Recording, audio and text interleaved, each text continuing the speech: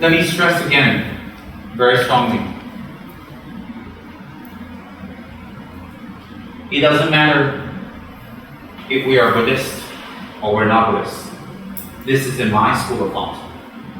It doesn't matter if we become Buddhist or we take refuge or we officially call ourselves Buddhist or not. And I'll tell you why. At the end of the day, it doesn't really matter. It's just labels and names. So Malaysia is a very unique situation, a unique country, where we have a lot of races, a lot of religions, and we can all have the freedom to practice what we like as we are. Yet there are special rules in this country to protect the citizens of this country that we must respect. So in our Buddhist center, we follow the Malaysian way. In our center, no one needs to convert. No one needs to call themselves a Buddhist. Everybody can come and learn. And it's interfaith learning and understanding. And the reason is, even some Christians and Hindus can come, and they can sit in class and they can learn. Learn what? To be a Buddhist? No, learn about Buddhism so they understand. When they understand, we have more inter-religious harmony. When we have inter-religious harmony in this country, what happens is we become better citizens. Understanding each other's culture, understanding each other's religion. And that's what I stress very, very much in today's world. And I think Malaysia can be a role model for many, many countries. Many, many countries in the world are just like Malaysia. So in our center, we're Buddhist or we're not Buddhist, doesn't matter. We're Gelupa, we're not Gelupa, it doesn't matter. We want to label ourselves, oh, I'm Buddhist, son or daughter, it doesn't really matter. If we label ourselves that, wonderful.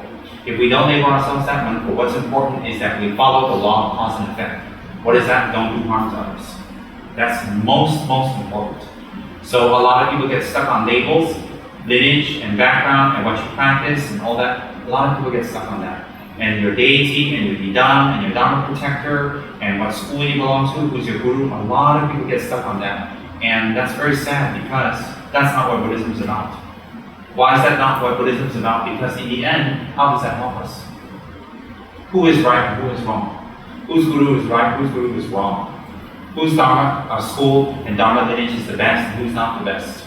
Whose Yidam is the most supreme and the quickest and whose is not? In the end, who can argue? We can debate back and forth. If you're a good debater, you win. If you're a bad debater, you lose. It doesn't mean that your thought or your school or your lineage is wrong. So what I like to focus on is something much, much higher.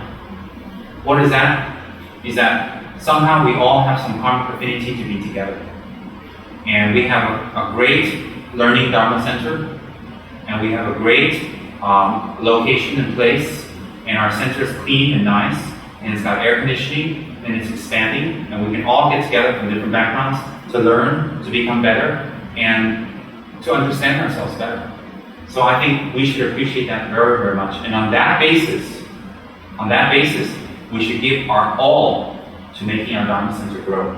Growing in two ways. One is inside, meaning we ourselves represent our Dharma center well.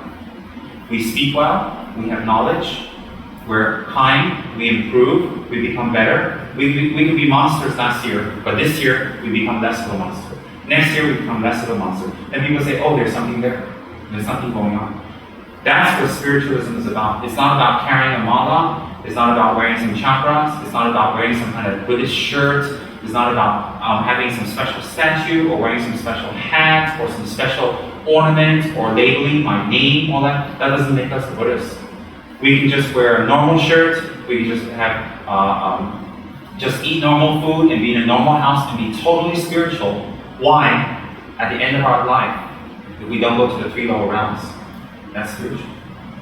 That is spiritual. If we don't have fear of death, we don't have fear of where we're going to go after death, that is spiritual. Why is that spiritual? Spiritual meaning of the spirit. Of the spirit is our spirit is going to travel somewhere in our next life. So if we can die confidently, that is very spiritual. So if we want to eat good food, we can eat good food. If we want to get married, we can get married. If we don't want to get married, we don't have to get married. We like to play on the computer, we like to drive, we like to watch movies, we should do that. We should absolutely do that, we should be ourselves. Because spiritualism isn't changing anything on the outside. It isn't that at all.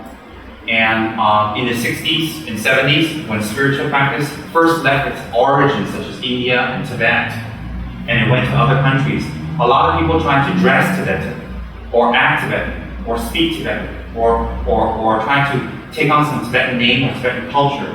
And they thought by doing that, they will become more spiritual. And that's not the case. That's not the case. My point is that being spiritual is what? Is just being yourself, who you are. You're a Malaysian, you be a Malaysian. You're a man, you'll be a man. You're a woman, you'll be a woman. You like fun, you have fun. You have friends, you have friends. You just be as you are, but inside must transform. If inside transforms and everything on the outside remains the same, that's really spiritual practice. That is really spiritual practice. And my physical appearance, the way I look, advocate what I say. That I can be totally spiritual, but my outer appearance doesn't look it at all. If I walk down the street, no one would think, oh, he teaches Dharma, or he's some Rinpoche, or he's some monk, or he's some teacher. They'll never think that. But if they get to know me better 1 day, 2 day, 3 day, 4 day, I hope they'll say, hey, this fellow's different. He feels different. He talks different. He makes me feel different. He has something that's different. But outwardly, he just looks like one of us. And I like that very much. Because why? I don't like to attract attention to outer appearance. I don't like to run around and wear all kinds of fancy stuff, fancy robes, fancy hats, run here and there, and then when they talk to you, there's not much inside. It's all on the outside. And they have big, huge titles, and then, after they prostrate to you, offer their money and their angbao, their kata, and then they talk, there's not much inside. Except, oh, you belong to this lineage, you have this idam, you're this protector, you wear this colored hat, you come from this monastery, and you better stick to that. If you don't, you go to hell. Oh, I don't like that. In fact, when I meet people like that, even of my own countrymen, when I meet people like that, I challenge them. I say everything the opposite. I challenge them, I say everything the opposite, because who your guru is doesn't make you spiritual. And how closely you follow your guru doesn't make you spiritual. And how you can quote your guru's words doesn't make you spiritual. And how many millions of mantras you recited doesn't make you spiritual. How many years you stayed in retreat is wonderful, but it doesn't equate spirituality. And what lineage you belong to, what color your hat is, doesn't make you spiritual. What monastery you come from doesn't make you spiritual. Why? Just because you belong to this guru doesn't mean you can't go to the 3 lower realms. Just because you belong to this hat color, yellow hat or red hat or black hat, doesn't mean you won't go to the 3 lower realms. Are you telling me that everybody that belongs to this school doesn't ever go to the 3 lower realms? I don't think so. In fact, during Buddha's time, there was no hats. There was no color hats or nothing. Nothing at all.